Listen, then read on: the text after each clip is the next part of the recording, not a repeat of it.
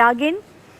ഇന്നലെ അതിനാടകീയ സംഭവങ്ങളാണ് പാലാരിവട്ടം പോലീസ് സ്റ്റേഷനിൽ നടന്നത്. റോഡ് ഉപരോധം അടക്കം നടന്നു. 3 MLA-മാർ ഉമാ തോമസ്, TJ വിനോദ്, ഒപ്പം അൻവർ സാദത്ത് നേരിട്ടെത്തി ഉപരോധത്തിൽ പങ്കെടുത്തു. ഹൈബി ഈഡൻ MP ഉപരോധത്തിൽ പങ്കെടുത്തു. നേതാക്കളെല്ലാം കടുത്ത നിലപാടെടുത്തു. ഒടുവിൽ അതിനാടകീയമായി ഇന്ന് പുലർച്ചെ ഇവർക്ക് ജാമ്യം ലഭിക്കുകയും ചെയ്തു. നവകേരള സദസ്സ് അവസാനിച്ചിട്ടില്ല. ഇന്നും പര്യടനം നടത്തുകയാണ്. പ്രതിഷേധം നടത്തുമെന്ന് നേതാക്കൾ പ്രഖ്യാപിച്ചിട്ടുമുണ്ട്. എന്തൊക്കെയാണ് നിലവിലെ സാഹചര്യം? ഇന്നലെ പിറവം, തൃക്കാക്കര എന്നീ മണ്ഡലങ്ങളിലാണ് നവകേരള സദസ്സ് നടന്നത്.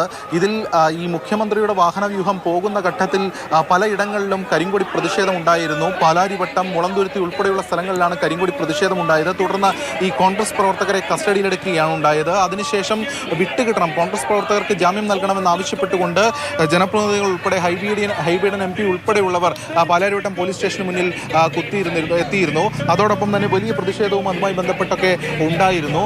എന്തായാലും ഇപ്പോൾ മന്ത്രിമാർ ഉൾപ്പെടെയുള്ളവർ പുറത്തേക്ക് വന്നിട്ടുണ്ട്. ഇന്നലെ വലിയ പ്രതിഷേധം, കരിങ്കൊടി പ്രതിഷേധമൊക്കെ ഉണ്ടായിരുന്നല്ലോ ഇന്നലെ. അതോടൊപ്പം തന്നെ അവസാനം കോടതി വെളുപ്പിന് ജാമ്യം അനുവദിക്കുന്ന സ്ഥിതി ഉണ്ടായി.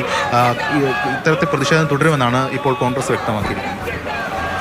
അത് നടത്തട്ടെ, അതിനെന്താണ്, ഒന്നുമില്ല. കേരളത്തിലെ ജനങ്ങൾ മുഴുവൻ മനസ്സിലാക്കിയതാണ് എന്താണ് നവകേരള സദസ്സുകൾ. ഗവൺമെൻറ് മുന്നോട്ട് വെക്കാൻ ഉദ്ദേശിച്ച ആശയങ്ങളൊക്കെ തന്നെ ജനങ്ങൾ മുന്നിൽ വെച്ച് കഴിഞ്ഞു. ഇന്ന് നടക്കുന്ന 2 സദസ്സുകൾ മാത്രമാണ് ബാക്കിയുള്ളത്. അപ്പോൾ കോൺഗ്രസ് പാർട്ടി അടക്കമുള്ള പാർട്ടിയുടെ MP-മാർ ഈ സംസ്ഥാനത്തിന് വേണ്ടി എന്താണ് ചെയ്തത്? ഏറ്റവും നല്ല രീതിയിൽ മുന്നോട്ട് പോയൊരു സംസ്ഥാനമാണ്.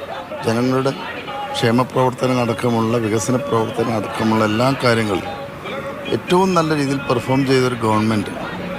ആ ഗവൺമെൻറ്റിൻ്റെ കേന്ദ്ര സർക്കാരിൽ നിന്ന് കിട്ടേണ്ട വിഹിതങ്ങൾ അത് ലഭ്യമല്ല എന്നുള്ള കാര്യം ഇപ്പോൾ ജനങ്ങൾ കാര്യകാരണ സഹിതം അറിഞ്ഞു കഴിഞ്ഞു. അതുകൊണ്ട് തന്നെ ഈ ഒരു സന്ദേശം മുന്നോട്ട് വെക്കാനാണ് നമ്മൾ ആഗ്രഹിച്ചതും. ആ സംവിധാനത്തിൽ, കേരള സദസ്സ് എന്ന സംവിധാനത്തിലൂടെ അത് പൂർത്തീകരിച്ചിരിക്കുകയാണ്. ഈ അന്ത്യകൂദാശ നൽകും ഈ യാത്രയ്ക്ക് എന്നാണ് DCC പ്രസിഡന്റ് അടക്കം കഴിഞ്ഞ ദിവസം പറഞ്ഞിരിക്കുന്നത്.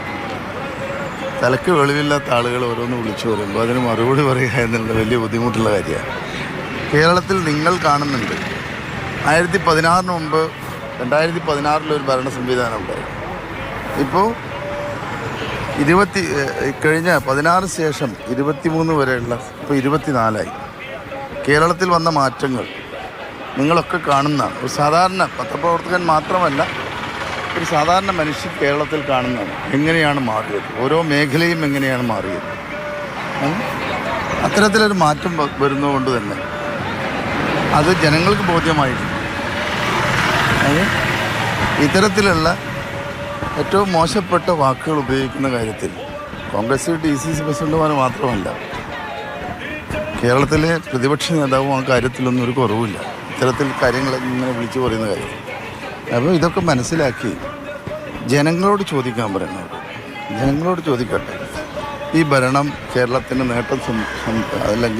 നേട്ടം സമ്മാനിച്ചിട്ടുണ്ട്.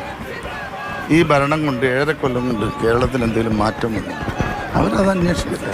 ഈ മറ്റൊരു വിഷയം, സഭ കടുത്ത വിമർശനം ഈ മന്ത്രിസഭയിലെ സജി ചെറിയാൻ ഉൾപ്പെടെയുള്ളവർക്കെതിരെ ഉന്നയിച്ചിട്ടുണ്ട്. അതായത് ഈ പ്രധാനമന്ത്രിയും ബിഷപ്പുമാരും തമ്മിലുള്ള കൂടിക്കാഴ്ചയെ വിമർശിച്ചതിനാണ് സഭ പിന്നീട് വിമർശനവുമായി എത്തിയിരിക്കുന്നത്. ഈ കാര്യത്തിൽ വലിയൊരു അഭിപ്രായം പറയാൻ ഞാൻ ആഗ്രഹിക്കുന്നില്ലെങ്കിൽ കൂടി ചെറിയ കാര്യം പറയാം. താങ്കളൊരു വിഷയം ഉന്നയിച്ചതുമായി ബന്ധപ്പെട്ടും ഒരു വിമർശനം ഉണ്ടായിരുന്നല്ലോ. നോക്കൂ, ഇവിടെ നമ്മുടെ രാജ്യത്തിൽ മണിപ്പൂർ സംസ്ഥാനം അടക്കമുള്ള സ്ഥലങ്ങളിൽ ഈ കഴിഞ്ഞ ക്രിസ്മസ് അടക്കമുള്ള കാര്യങ്ങളിൽ സംഘപരിവാർ എടുത്തൊരു നിലപാടുണ്ട് ക്രിസ്ത്യൻ കമ്മ്യൂണിറ്റിക്കെതിരായി. ഒരു മൈനോറിറ്റിയാണ്. അപ്പോൾ ഇത്രയും കൂടുതൽ ബുദ്ധിമുട്ടുണ്ടായ ഒരു സമയത്ത് ഒരു എലക്ഷൻ വരുമ്പോൾ ആ ഇലക്ഷന് മുന്നോടിയായി ഇന്ത്യ രാജ്യം ഭരിക്കുന്ന രാഷ്ട്രീയ പാർട്ടി ഒരു വിരുന്ന് സംഘടിപ്പിക്കുക. അപ്പോൾ ഈ വിരുന്നോട് കൂടി കേരളത്തിലെ മൈനോറിറ്റിക്കുണ്ടായിട്ടുള്ള പ്രശ്നങ്ങൾ അവസാനിക്കുന്നുണ്ട്. ഇതാണ് പ്രസക്തമായ ചോദ്യം. ഞാൻ മറ്റുള്ള ഒന്നിനെയും സ്പർശിക്കാൻ പോകുന്നില്ല. ഇതിൽ പ്രസക്തമായ ചോദ്യം ഇതാണ്. മണിപ്പൂർ അടക്കമുള്ള ഇന്ത്യയിലെ വിവിധ സംസ്ഥാനങ്ങളിൽ ഉള്ള ഇത്രയും പ്രധാനപ്പെട്ട മൈനോറിറ്റിക്കെതിരായിട്ട് നടന്ന നിരവധി മരണങ്ങൾ, നൂറുകണക്കിന് മരണങ്ങൾ നടന്നു. എത്രയോ ആളുകൾ ആശുപത്രിയിലാണ്, എത്രയോ വീടുകൾ തകർക്കപ്പെട്ടു, ഒരു മനുഷ്യജീവിതത്തിലെ മുഴുവൻ സമ്പാദ്യങ്ങളും നശിപ്പിക്കപ്പെട്ടു. ഇതൊക്കെ ഇരിക്കുമ്പോൾ ആ പ്രശ്നങ്ങളൊക്കെ ഈ വരുന്നോടുകൂടി തീരുന്നുണ്ട്. അതാണ് സജിച്ചേറിയും ചോദിച്ചു, അത്രയേ ഉള്ളൂ. അതിൽ ചോദിച്ചത് തെറ്റില്ല. എന്താ തെറ്റ്? ഒരു കുഴപ്പമില്ല. സഭയുടെ വിമർശനത്തെ എങ്ങനെയാണ് കാണുന്നത്? അതൊക്കെ ആർക്കും വിമർശിക്കാൻ സ്വാതന്ത്ര്യമുള്ളൊരു സംസ്ഥാനമാണ് കേരളം. കേരളത്തിൻ്റെ പുറത്തു പോയി ആർക്കെങ്കിലും ഇത്തരത്തിൽ വിമർശിക്കാനുള്ള ധൈര്യമുണ്ട് ഇന്ത്യയിൽ? അവസാനമായി താങ്കളൊരു പ്രതികരണം നടത്തിയതുമായി ബന്ധപ്പെട്ട് താങ്കൾക്ക് നേരെ മറ്റൊരു സംഘടന പ്രതിഷേധിക്കുകയും വിമർശനം ഉന്നയിക്കുകയൊക്കെ ചെയ്തിരുന്നല്ലോ. അതിൻ്റെ സ്പിരിറ്റിൽ ഞാൻ കാണുന്നുള്ളൂ. സ്വാഭാവികം ഞാൻ പറയാനുള്ളത് പറഞ്ഞു, അവർ പറയാനുള്ളത് അവർ പറഞ്ഞു, അത്രേ കണ്ടാൽ മതി. താങ്കൾ അതിൽ ഉറച്ചു നിൽക്കുകയാണ്. താങ്കൾ പറഞ്ഞു നോക്കൂ, ഉറക്കുക എന്നുള്ളതല്ല, കേരളത്തിലെ മതസൗഹാർദ്ദ അന്തരീക്ഷം തകർക്കുന്ന രീതിയിൽ ആരും പ്രസ്താവന നടത്താൻ പാടില്ല. അതിലങ്ങനെ കണ്ടാൽ മതി, അത്രേ ഉള്ളൂ. കാരണം നമ്മൾ കേരളത്തിൽ വർഷങ്ങളായി കൊണ്ടുവന്ന ഒരു രീതിയുണ്ട്, അതിനെ തറക്കരുത്, അത്രയേ ഉള്ളൂ. ശരി. എന്തായാലും മന്ത്രിമാർ അടക്കം ഇതുമായി ബന്ധപ്പെട്ട വിശദാംശങ്ങൾ പങ്കുവെക്കുകയാണ്. എന്തായാലും നേരത്തെ സൂചിപ്പിച്ചതുപോലെ ഇന്ന് നവകേരള സദസ്സിൽ കുന്നത്തുനാട് മണ്ഡലം, അതോടൊപ്പം തന്നെ തൃപ്പൂണിത്തുറ മണ്ഡലം, ഈ രണ്ട് മണ്ഡലങ്ങളിലെ നവകേരള സദസ്സാണ് നടക്കാൻ ഇരിക്കുന്നത്. കരിങ്കൊടി പ്രതിഷേധവും മറ്റു പ്രതിഷേധ പരിപാടികളുമൊക്കെ തുടരുമെന്ന് UDFും കോൺഗ്രസും ഒക്കെ വ്യക്തമാക്കിയിട്ടുണ്ട്.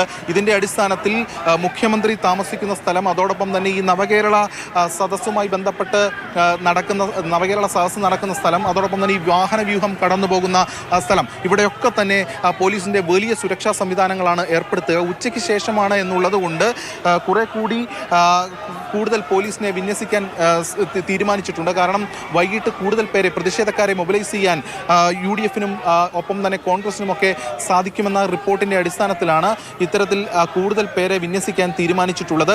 കർശന നടപടിയെടുത്ത് മുന്നോട്ട് പോകാനാണ് തീരുമാനമെന്ന് പോലീസ് സംഘം വ്യക്തമാക്കുന്നു.